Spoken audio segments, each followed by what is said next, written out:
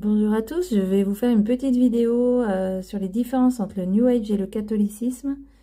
7 différences, mais il y en a beaucoup plus.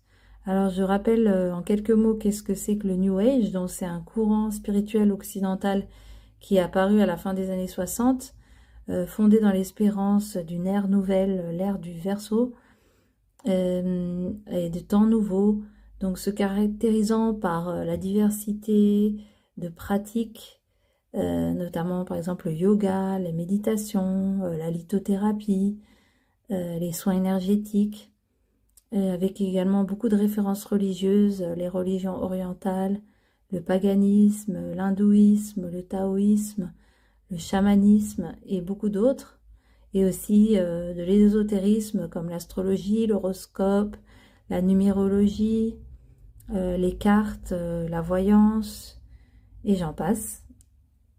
Donc voilà, une première différence, c'est le divin en soi, le pouvoir. Dans le New Age, on cherche à maîtriser en fait le moi divin, donc sans Dieu, donc soi-même, à développer nos potentiels, nos pouvoirs à l'intérieur de nous-mêmes. Alors que dans le catholicisme, on parle de l'Esprit Saint que l'on reçoit au baptême et à la confirmation avec les 7 dons de l'Esprit Saint. Donc c'est vraiment extérieur, alors que dans le New Age, ça part de l'intérieur de soi et tout seul, sans Dieu. Dans le New Age, on est quasiment tous des guérisseurs. À chaque fois qu'on consulte, ne serait-ce qu'un voyant ou un thérapeute, ils nous disent de développer nos dons de guérison, l'auto-guérison, etc. Alors que dans le catholicisme, on est tous pécheurs, on est tous mis au même niveau. Donc, il y a une humilité qu'il n'y a absolument pas dans le New Age. Dans le New Age, on recherche un résultat immédiat, comme quand on va voir un coupe-feu. On veut que le feu s'arrête tout de suite. Un guérisseur, on veut tout de suite ne plus avoir mal. Médium, on veut tout de suite savoir notre avenir, etc. Donc on ne fait pas la volonté de Dieu, contrairement à lorsqu'on est dans le catholicisme, on cherche la volonté de Dieu comme dans Notre Père. Donc c'est avoir la foi en Dieu et sa volonté. Donc quand on prie pour une guérison, par exemple même à Lourdes ou dans des lieux de guérison, c'est pas nous qui choisissons s'il y aura une guérison ou pas, c'est Dieu, donc on lui fait confiance. Dans le New Age, il y a beaucoup d'idolâtrie avec les pierres, avec les totems, avec les déités, les dieux, notamment dans l'hindouisme. Quand on fait par exemple du yoga sans le savoir forcément, on se connecte à des dieux hindous en fonction des positions que l'on fait. Il y a beaucoup, voilà, les totems dans le chamanisme, etc. Donc c'est de l'idolâtrie, alors que dans le catholicisme, on doit adorer qu'un seul Dieu. C'est souvent très payant et cher, alors que dans la religion en fait catholique, les sacrements sont gratuits.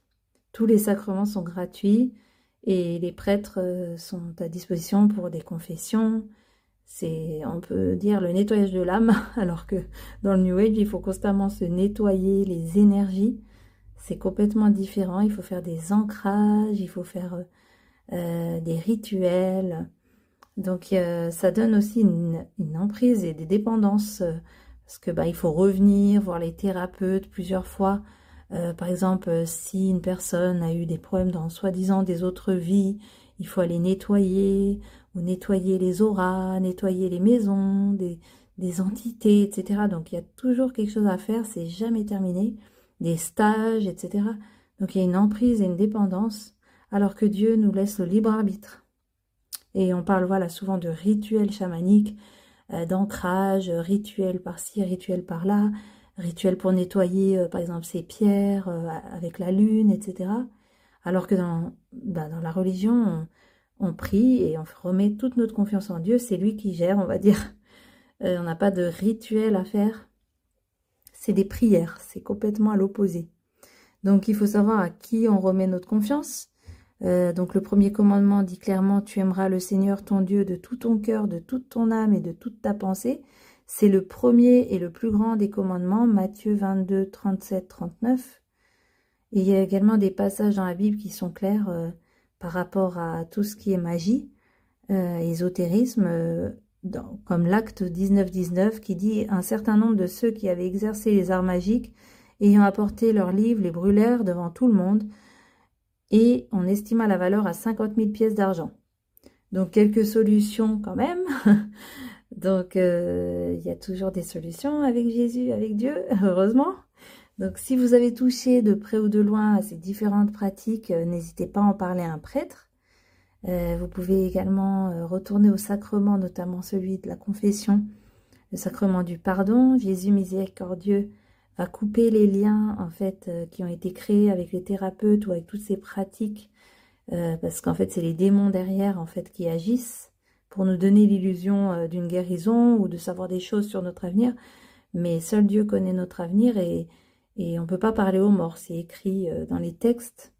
Donc c'est pas aux morts qu'on parle, c'est pas aux morts que les médiums parlent, c'est ni à nos, voilà, aux défunts de notre famille, nous touche avec notre corde sensible, nos émotions, mais en fait il s'agit des anges déchus. Hein. Satan se déguise en ange de lumière. Donc ça c'est dans la Bible, 2 Corinthiens 11, 14. Et voilà.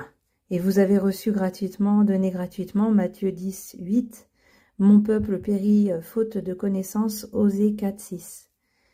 Voilà, donc on peut retourner à la messe, retourner relire les 10 commandements, faire des prières de délivrance et de libération des liens occultes, l'onction des malades si on est malade, la lecture des évangiles, de la Bible, il y a des prières, déjà le Notre Père dit vraiment beaucoup de choses dedans. Donc pardonne-nous nos offenses comme nous pardonnons à ceux qui nous ont offensés. Il n'y a pas le pardon dans le New Age.